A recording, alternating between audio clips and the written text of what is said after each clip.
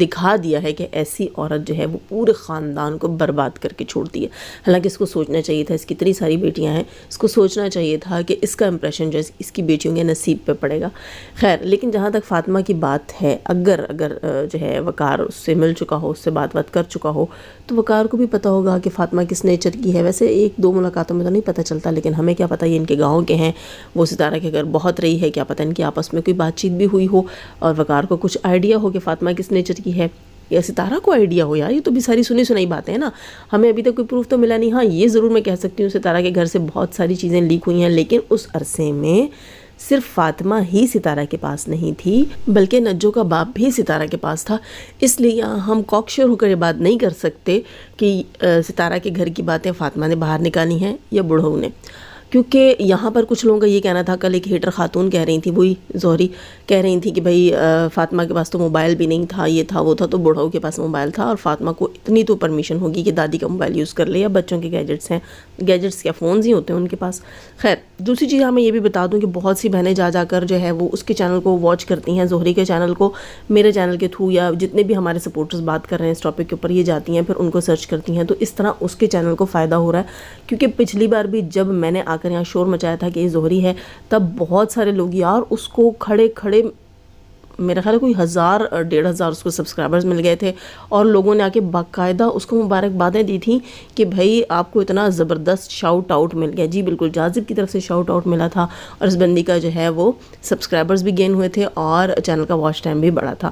ابھی اسی طرح ابھی بھی لوگ پوچھ کے جا رہے ہیں. تو بھئی آپ جا کر اس سے کیا لینے جا رہے ہو، کیا سننے جا رہے ہو؟ ریئلٹی کیا ہے اس کی؟ وہ ایک پینڈو ہی عورت ہے نا، ٹھیک ہے، اور اس نے اپنی بھڑاس نکالنی ہے، نجو کی طرح کرنا ہے، اور کیا کرنا ہے. ہم لوگ یہاں بیٹھے ہوئے ہم لوگ جواب دیتے ہیں. بہت ساری میری بہنوں نے کل کامنٹ میں لکھا تھا کہ آپ لوگ جاذب کے یا سپورٹرز کے ریئیکشن دیکھ کر جو ہے ان پر ان سے جو ہے وہ آپ آنسر نکال سکتے ہیں، ان سے آپ جو ہے اپنی تھاٹ وہ کر سکتے ہیں کہ بھئی کیا ہونے والا ہے، کیا ہو رہا ہے. ضروری تو نہیں آپ لوگ ان کے چینل کے اوپر جائیں، انہیں ویو دیں. ہم ان کو کیوں مضبوط کریں، ہم ان کے چینلز کو کیوں اتنی ویلیو دیں کہ ان کے چینلز اور وائرل ہوں اور مضبوط ہوں ہماری وجہ سے. حالانکہ وہ بیٹھ کے ہماری برائیاں ہی کرتے ہیں نا. جب وہ ہماری برائیاں کرتے ہیں تو ان کا حق نہیں ہے کہ ہم ان کی ترقی میں ان کے مددگار ہوں. خیر، جنہوں نے جانا ہے انہوں نے تو پھر بھی جانا ہے، رکنا تو کسی نے بھی نہیں ہے.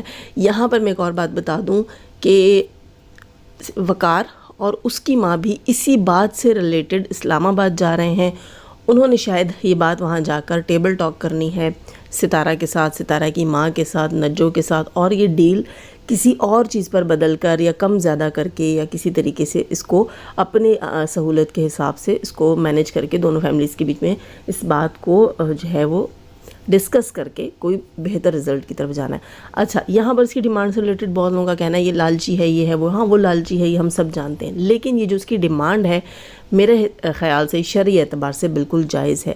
حق مہر کا حق ہوتا ہے، مطلب لڑکی کے پاس یہ رائٹ ہے کہ وہ حق مہر میں اپنی مرضی کی چیز لکھوا سکے، اور اس کا جو میکا جو اس کی شادی طے کروا رہا ہے اس کو بھی حق ہے کہ وہ حق مہر اپنی مرضی کا اپنی فرمائش کے اوپر، اپنی شرط کے اوپر نکاح کا حق مہر رکھ سکتے ہیں. ویسے تو آپ لوگ کہتے ہیں جاذب لبرل ہو کر نہیں سوچتی، لیکن یہاں پر میں آپ لوگوں کی بات مان کر لبرل ہو کر سوچوں تو آپ لوگ بھی سوچیے گا، کیا لڑکی کا حق نہیں ہے کہ کوئی نہ کوئی سیکیورٹی ہو اس کے لیے؟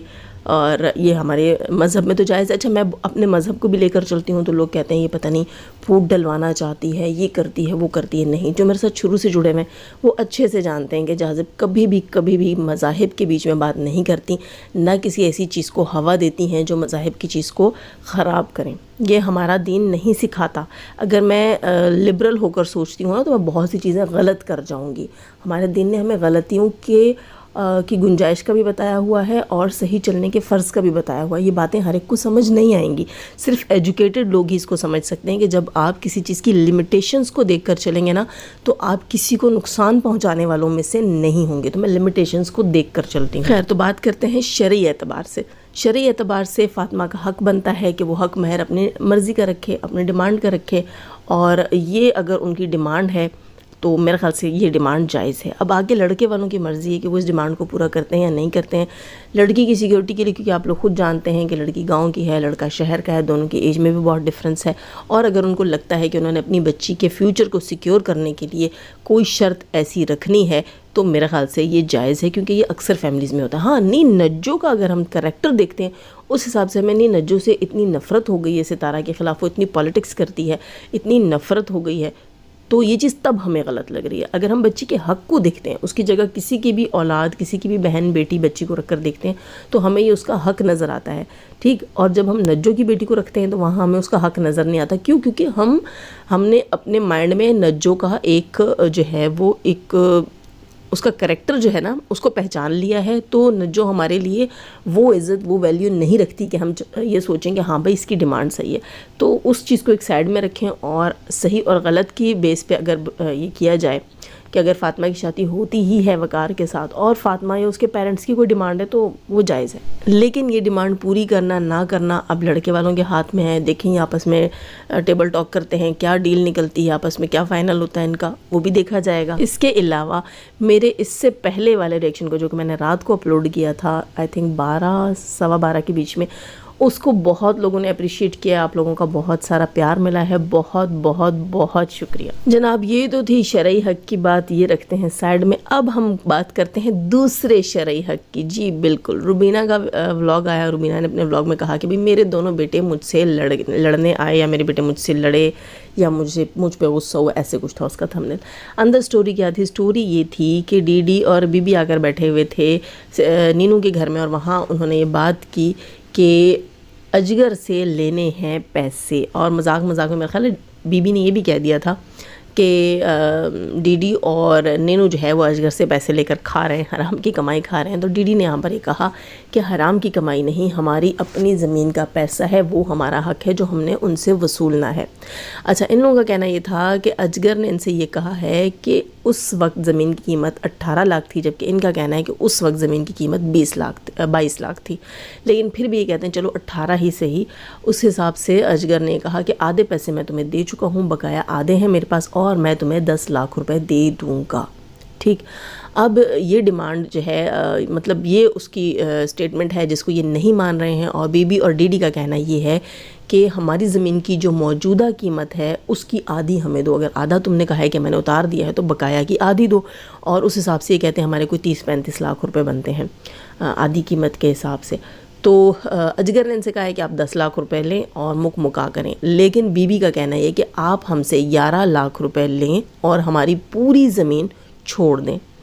اور مجھے یہ بات بی بی کی بالکل صحیح لگی ہے. اس کا یہ بھی کہنا تھا کہ آپ لوگ ضرور بتائیں کہ بھئی ہمیں کیا کرنا چاہیے، کیا ہم ٹھیک کر رہے ہیں، کہ ہمارا فیصلہ بالکل ٹھیک ہے. ڈی ڈی کا کہنا بھی یہ تھا کہ شرعی اعتبار سے ہم بالکل شرعی طریقے سے اس چیز کا فیصلہ کر رہے ہیں کہ اس زمین کی جو آج کی قیمت ہے اس حساب سے آدھی کا قیمت جو آج کی بنتی وہ ہمیں پے کی جائے. نہیں تو اس دور کا جو ہے، اس دور کا کیا جو 10 ہی ہمیں دے رہا ہے اس کی جگہ ہم سے 11 لے اور ہماری پوری زمین چھوڑ دے. تو اس دور کے حساب سے اگر یہ کہتا ہے کہ 18 لاکھ قیمت تھی تو 9 لاکھ میں بھی یہ ڈیل ڈن ہو سکتی ہے کہ بی بی جو ہے وہ 9 لاکھ روپے اجگر کو پے کرے اور اجگر اس کی زمین چھوڑ دے. اصل طریقہ یہ ہونا چاہیے. اجگر کو بھی پتہ چلے کہ کسی کو نقصان جب ملتا ہے تو اس کی کیا حالت ہوتی ہے. میرے خیال سے آپ سب کو اسی پہ زور دینا چاہیے کہ ڈیل ڈن یہ ہونی چاہیے کہ اس وقت اجگر نے جو پیسہ ان پر لگایا یہ وہی قیمت اس کو واپس کریں. کیوں؟ کیونکہ آج کی قیمت میں اجگر مانتا ہی نہیں ہے. اصغر اور اس کی بیوی شریعت کو کب مانتے ہیں؟ ان کے حساب سے تو شریعت پرانی ہو چکی ہے. ٹھیک. تو جتنا پیسہ اس نے تب دیا تھا 2012 میں دیا تھا اتنا پیسہ ڈی ڈی اور بی بی اس کو واپس کر دیں اور اپنی زمین واپس لے لیں. خیر اب دیکھیں یہ فیصلہ، یہ اونٹ کس کل بیٹھتا ہے، فیصلہ کیا ہوتا ہے. ڈی ڈی اور بی بی کا کہنا یہ تھا کہ آپ لوگ بھی اپنی رائے کا اظہار کیجیے گا. جی میں نے اپنی رائے کا اظہار کر دیا، آپ لوگ بھی اپنی رائے کا اظہار کر دیجیے گا. میری اس ویڈیو کو لائک، شیئر اور سبسکرائب ضرور کیجیے گا. شیئر میں نے فرسٹ ٹائم کہہ دیا، خیر کبھی کہا نہیں تھا. اچھا، جانے سے پہلے ہمیشہ کی طرح دعا، اللہ تعالیٰ ہمیں آسانیاں عطا فرمائے، آسانیاں بانٹنے کی توفیق عطا فرمائے اور شیطان صرف مردوں اور عورتوں سے رکھے. ہمیں، ہمارے چینل، ہمارے پینل، ہماری فیملی، ہماری کنٹری کو محفوظ. آمین ثم آمین. اپنا بہت سارا خیال رکھیے گا، دعاؤں میں یاد رکھیے گا. اللہ حافظ.